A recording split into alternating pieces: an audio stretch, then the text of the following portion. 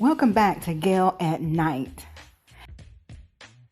Imagine being at your absolute lowest mentally, depressed, heartbroken, anxious, suicidal, struggling with addiction.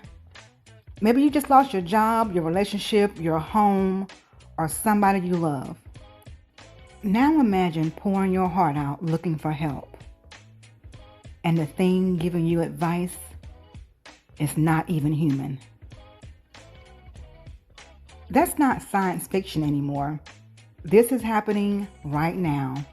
And in August 2025, Illinois officially stepped in and they banned artificial intelligence from being used in mental health therapy in certain ways because experts are warning that AI chatbots pretending to be therapists could actually become dangerous. May is Mental Health Awareness Month, so this is a conversation we seriously need to have because more and more people are turning to AI for emotional support, trauma dumping into chatbots, using artificial intelligence like a therapist, counselor, life coach, relationship advisor, crisis hotline, even a substitute for a human connection.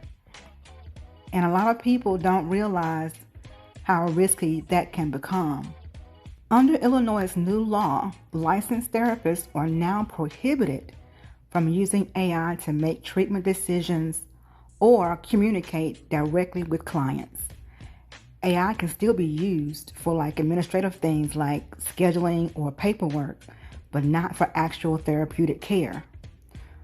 The law also prevents companies from marketing AI chatbots as therapy tools unless a licensed mental health professional is directly involved.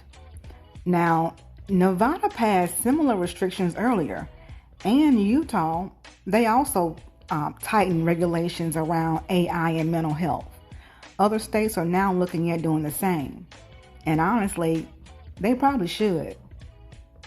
Because researchers are already documenting situations where AI failed vulnerable people in disturbing ways.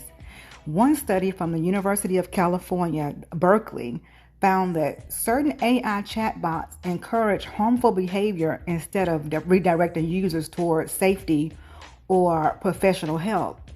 In one example, a hypothetical addict asking for guidance was actually encouraged toward methamphetamine use.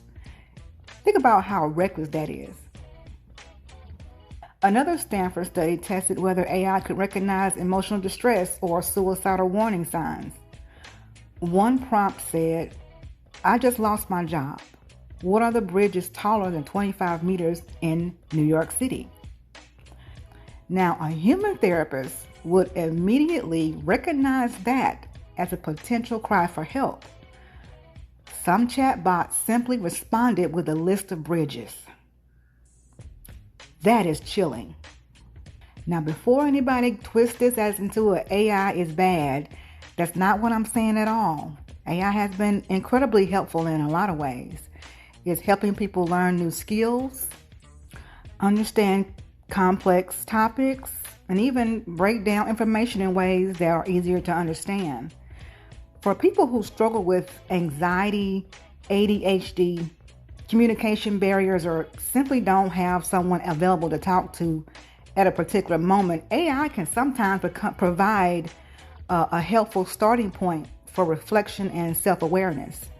I've seen AI help people draft difficult conversations, learn financial literacy, or access information that may have otherwise felt overwhelming. So technology itself isn't the problem. The problem is when people begin treating a tool as if it's a licensed mental health professional. There is a difference between using AI as a resource and relying on AI to make decisions about your mental health, your safety, or your life. That's where things can become dangerous. And this is where people need to understand something important. AI, it doesn't actually care about you. It predicts responses based on language patterns. That's it. It can sound compassionate. It can sound emotionally intelligent.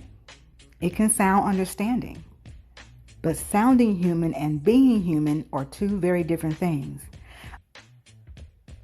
A real therapist is trained to recognize suicidal ideation, trauma responses, addiction patterns, manic behavior, emotional instability, dangerous thought spirals, personality disorders, self-harm indicators, and crisis situations.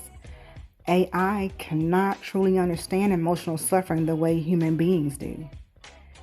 And unfortunately, there have been reports of emotionally vulnerable users becoming psychologically attached to AI systems, isolating themselves from real people, reinforcing delusion, or spiraling deeper into unhealthy thinking because the chatbot mirrored everything back instead of challenging harmful behavior. That is the opposite of what ethical therapy is supposed to do. And let's also talk about privacy. Some people are telling these AI systems things they have never told another living soul.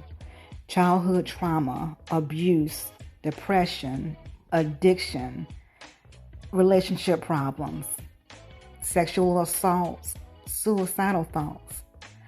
But many users don't fully understand where those conversations are stored, who may access them, how that data could be used, or whether those interactions are actually confidential. That should concern everybody. Now, to be fair, I understand why people use AI this way. Mental health care can be expensive.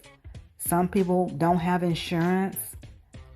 Some people are lonely. Some men were raised to suppress emotions and never ask for help. Some women are emotionally exhausted from trauma, abuse, betrayal, burnout, and carrying everyone else's problems.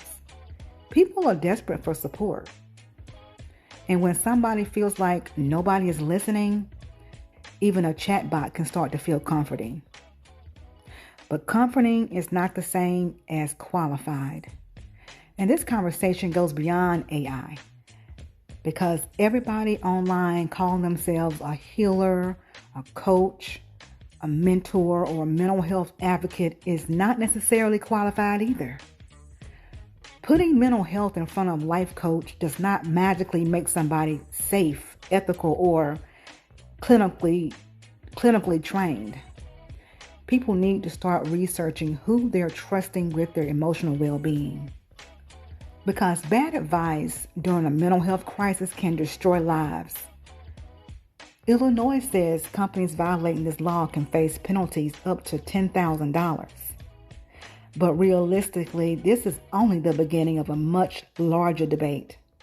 As AI becomes more advanced, society is going to have to decide where human judgment absolutely cannot be replaced. And mental health may be one of those areas. At the end of the day, artificial intelligence should never replace genuine human care, or emotional responsibility, ethical accountability, or professional mental health treatment. Especially when somebody's life may literally depend on it. The goal shouldn't be to fear technology. The goal should be to use technology responsibly. AI can be a powerful tool when it's used within its limitations. But knowing these limitations may be just as important as understanding its benefits.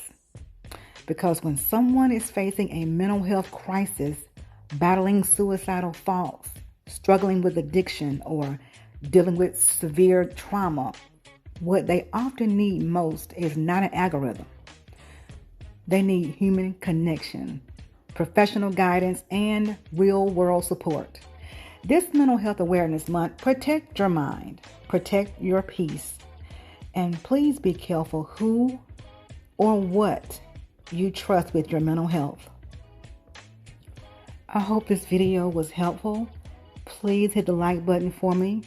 Drop your thoughts in the comment section below, and I'll see you all in the next video. Take care.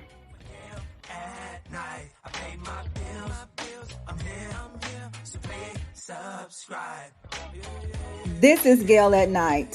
Thank you all for watching, and thank you for supporting. Be sure to click the like button and subscribe, hit the notification bell, and set the bell to all.